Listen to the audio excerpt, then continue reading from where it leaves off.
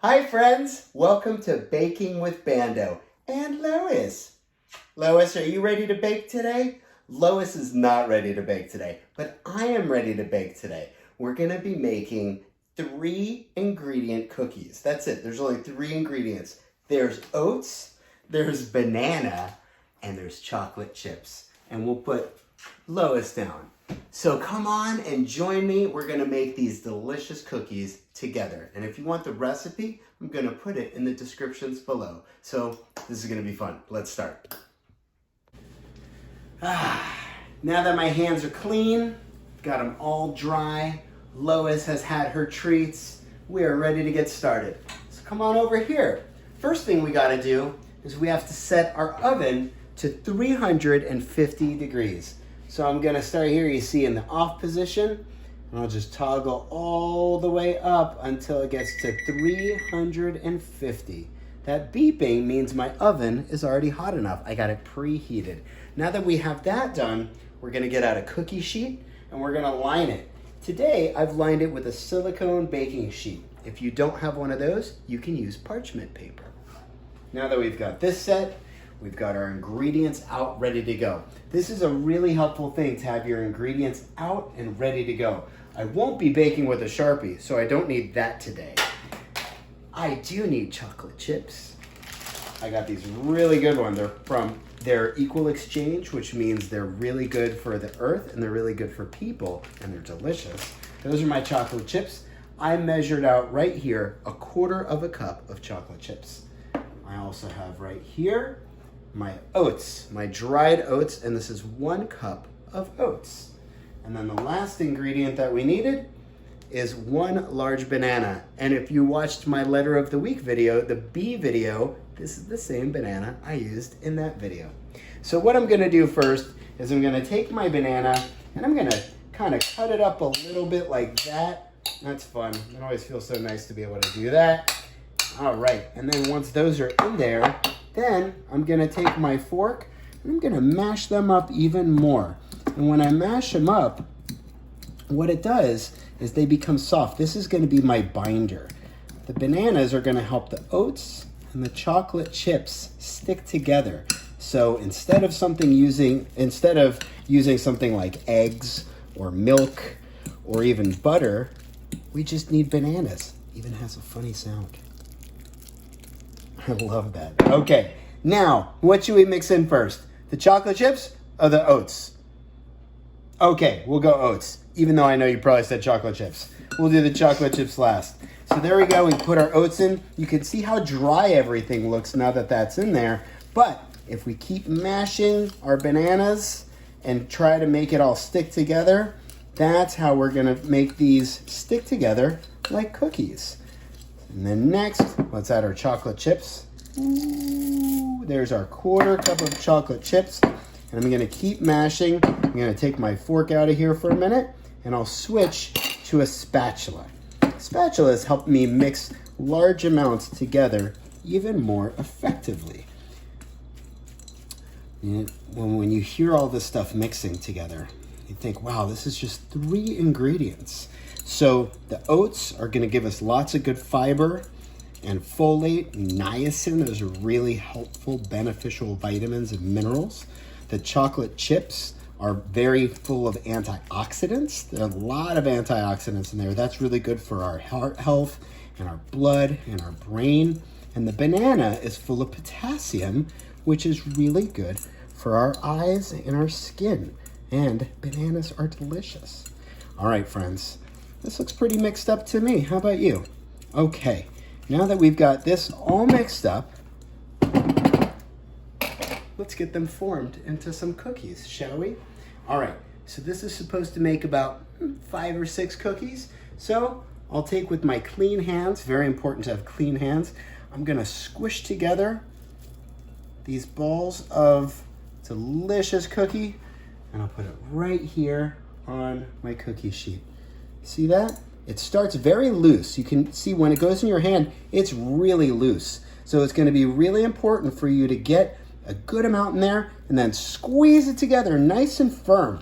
Really try to get it all pressed in there. Make sure your chocolate chips are pressed together And then when it starts to look like that and it holds together, then boop, that's a big one. That'll be yummy.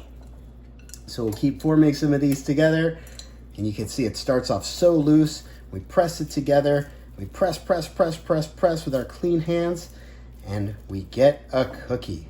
Look at that. All right. Baking is fun.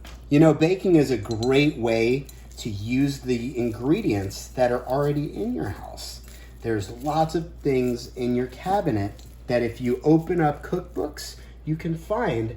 Wow, that's getting even bigger. Let's take a little of that out. And it's okay to make your cookies different sizes. You can make teeny tiny cookies. You can make these big ones here. Let's try a teeny tiny one. Let's see what does a little one look like. Oh, look, there it is. It's so cute. You can go right there. There you go. We've got grown-up cookies. We've got kid cookies. And we've got baby cookies. That's just a chocolate chip. I don't think we'll leave that. We'll have to make that one into a real cookie. But you can make your cookies in different sizes. So now that our batter is almost all gone, it looks like I have enough for one more little cookie right here. Let's see. Let's get all this together. Oh, this is so fun. So yeah, you can go in your cabinet and see what kind of ingredients do we have. You can ask the grown-ups in your house, what kind of ingredients do you have where you can make cookies? And these are really good. Again, oats, bananas, and chocolate chips. That's all I needed to make these really delicious, healthy cookies. Whoop, some of those are falling out, but that's okay. Look at that. Let's count how many we made. 1, 2, 3, 4, 5, 6, 7 cookies. Let's put them in the oven and bake them. So what I'm gonna do is I'm gonna open up my oven. I'm gonna put them right here in this rack.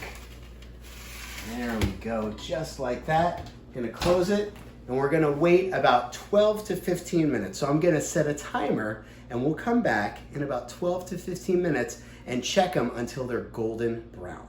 So let's see how they go. All right, it's been about 15 minutes. Let's see how they're looking. Ooh, look at these. Looking good. Notice I've got my safety gloves on. These are so I don't burn myself. And they are golden brown. Those look delicious. Put those there. Close the oven. All right, so the next thing you need to know is our cookie sheet is really hot. Even though it's not in the oven anymore, don't touch it. Don't go anywhere near this cookie sheet. In fact, you want to make sure it's not hanging over any sides so you don't accidentally bump it with your arm. Safety first, right? So I'm going to take my gloves off. What we're going to be doing next, we are going to wait.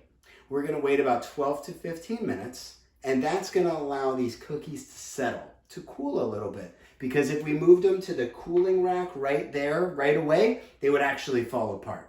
We don't want that to happen. So we're going to let them cool for 12 to 15 minutes, and then we'll come back and we'll see how they turn out, and we'll get to try them. All right, now that they've cooled for 15 minutes, you can try one. I'm going to try this one right here. Smells delicious, looks delicious, feels firm.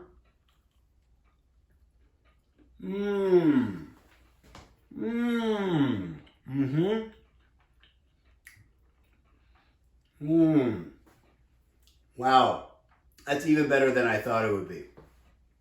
That's really good. I'm gonna finish you later. But for now, we're gonna take all of our other cookies and we'll put them on the cooling rack so they can finish cooling now that they've had a chance to solidify so they don't fall apart. You know, friends, you can make these using other things. You don't even have to make them with chocolate chips. You can make them with dried fruit like cranberries or raisins. You can even make them with carob chips, and you can do them with any sorts of nuts that you want. But I really liked them with chocolate chips. They came out great. I bet they'd be really good with cranberries or raisins also. You can also make sure that you get gluten-free oats to make sure that if you are gluten-free or having a friend over that is gluten-free, that way you can share the cookies and everybody will be healthy and happy. So thank you very much. I'm going to let these finish cooling. I will be eating them over the next few days. Oh, also, you may have noticed my cookies are very big. They're big, giant, round balls of cookie. Sometimes, if you want, you can make them flatter. So when you're forming your cookies, you can make them flatter than this. I didn't because I was finding they were having a hard time sticking together. But you can make them more flat instead of like this. It's all about trial and error, right? Anyway, thanks again for joining me. This has been Baking with Bando, and I appreciate everything that you do for me and I do for you. Like cooking, and baking, mm-hmm.